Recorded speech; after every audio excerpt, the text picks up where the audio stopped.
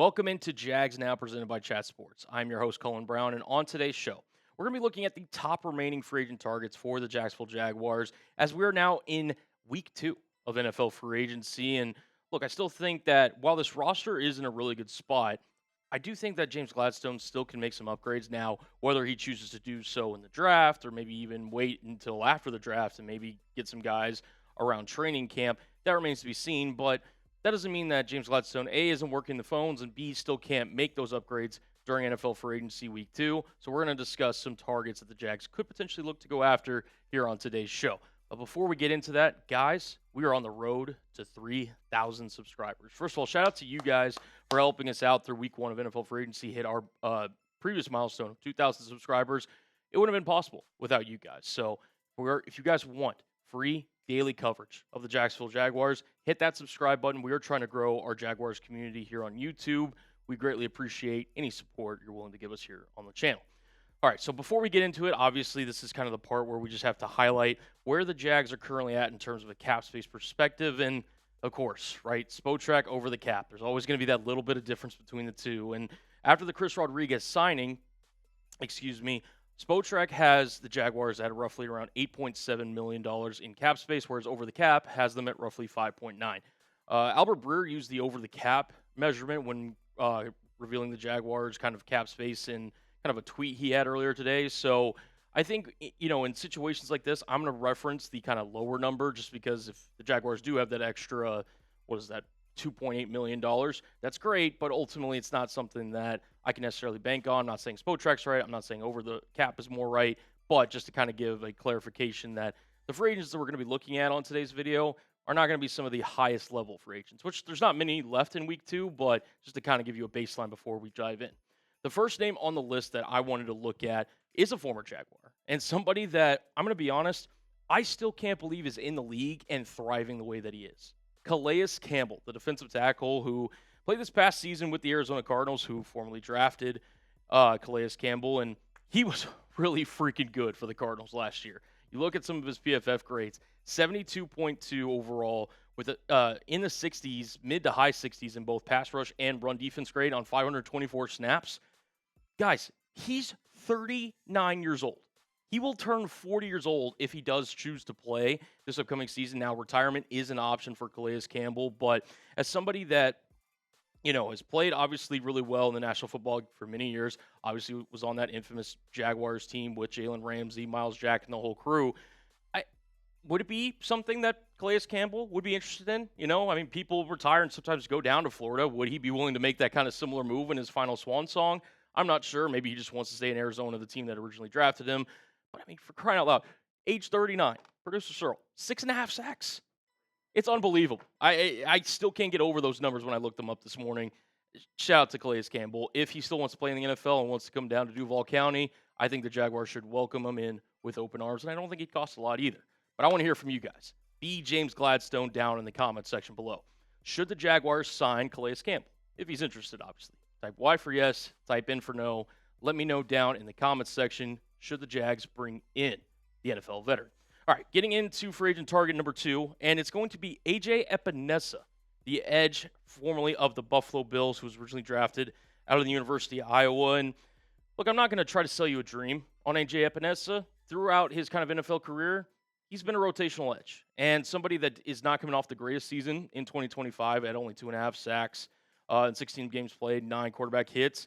It just never quite clicked for him in Buffalo. And look, as somebody that, if you're thinking about the Jags' edge rotation room, right, you've obviously got your main two guys in Trayvon Walker, Josh Hines-Allen. You've got B.J. Green. You've got Danny Strigo. I still would like to upgrade at that position. Now, James Gladstone, again, we kind of mentioned it off the top, could look in the draft to upgrade it, but A.J. Epenesa, at least from his Spotrac market value, now I'm not sure if this is updated recently as of week 2 of NFL free agency, but they market value him at $6.4 million per year. Could you potentially, if this kind of drags on with A.J. Epenesa, get him in for about $3-4 million per year, add him to your rotation? I'd like A.J. Epenesa as a 3, maybe as a 4, depending on how much of a step forward Danny Strigo takes in year 2. But I just think that, if you're the Jags, you've got to look to upgrade this defensive line room. And A.J. Epenesa is a name that kind of caught my attention, the fact that he's still available here in week 2. So Could James Gladstone look at him? I'm not sure, but I would be very interested if I'm the Jaguars. Moving on to name number 3, and we've got somebody from the Detroit Lions who's hit free agency, and that is DJ Reader, a really good run-defending defensive tackle who, again, is getting also up there in age. I think he's around, let me double-check here, 31 years of age, so not nearly as old as Calais Campbell, but he's still got some, tread on the tires, as it were. 68.9 overall grade last year, and he actually did pretty well as a pass rusher. Grade out as 72.6, 61.7 run defense grade, but he has primarily throughout his NFL career been known as a run-defending defensive tackle that I still think can provide value. That being said, I'd rather look at the draft for defensive tackle.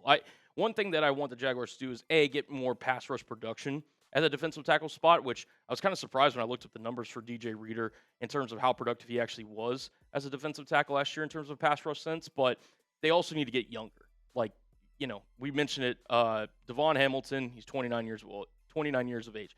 Brought Matt Dickerson back. He's around 30 years old. Eric Armstead's on the other side of 30 and still a productive player, but they're going to have to potentially look at, reducing his cap number.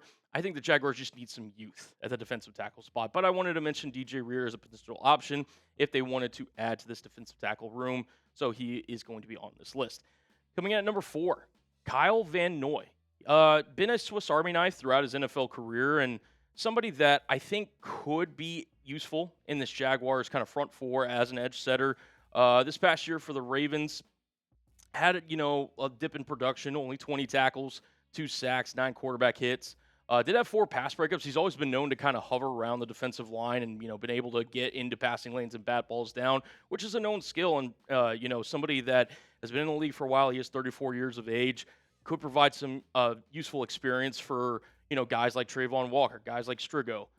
Whether you want to potentially keep on a BJ Green going into the season, but do the Jaguars want to go veteran at defense or at edge? Maybe not. I'm not sure, but Kyle Van Noy, like I mentioned, has been a lot of big football games, has played a lot of meaningful football throughout his career and his time in the NFL. At times during his NFL career could be somebody that you could drop back in coverage. I think he's somebody that you definitely want going forward at this stage. And like I said, still can provide you valuable snaps, especially as a situational kind of run defense, kind of run setting edge to give guys like Trayvon Walker maybe some relief there in terms of snaps. So I have Kyle Van Noy as a potential Jaguars trade target. And getting into the final one here, I've got Fred Johnson, the offensive tackle formerly of the Philadelphia Eagles. And, with Fred Johnson, I do think that, he doesn't have the greatest reputation coming off of last season where I think he graded out fine in 625 snaps, 58.6 overall grade, pass block of 64.2, 55.5 run block.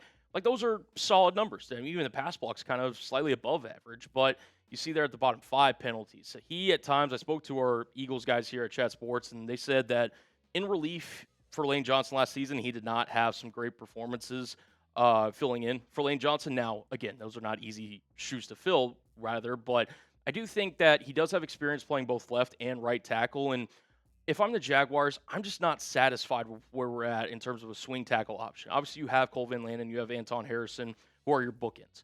But after that, it's kind of gets a little muddy. Like, Walker Little, I think, is the talent to be a swing tackle, but at his contract, he is a prime trade-away candidate, in my opinion, if any team is looking to upgrade their offensive line position. If they maybe see Walker Little competing for a starting tackle job, maybe.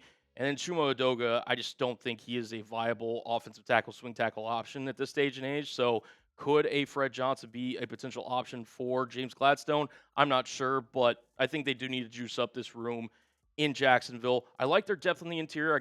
I like guys like Wyatt Milam, Jonah Monheim, and the depth on the interior. Offensive tackle could be a sneaky need for the Jaguars this offseason. But you guys let me know down below in the comments section, which free agent do you still want the Jags to sign this NFL free agency? There's still guys out there, and I feel free to get creative down below in the comment section. If there's any names that I didn't mention on this list that you want the Jaguars to sign, let me know. I'm going to get back down in the comment section and respond to all you guys. So make sure you get your voices heard. And speaking of which, we're at the end of the video. Shout out to you guys if you made it. If you have been here before, you know what we do. A little Duval roll call. Spam Duval down below in the comment section. And until the next one, Jags fans, peace out. We'll see you on the next one.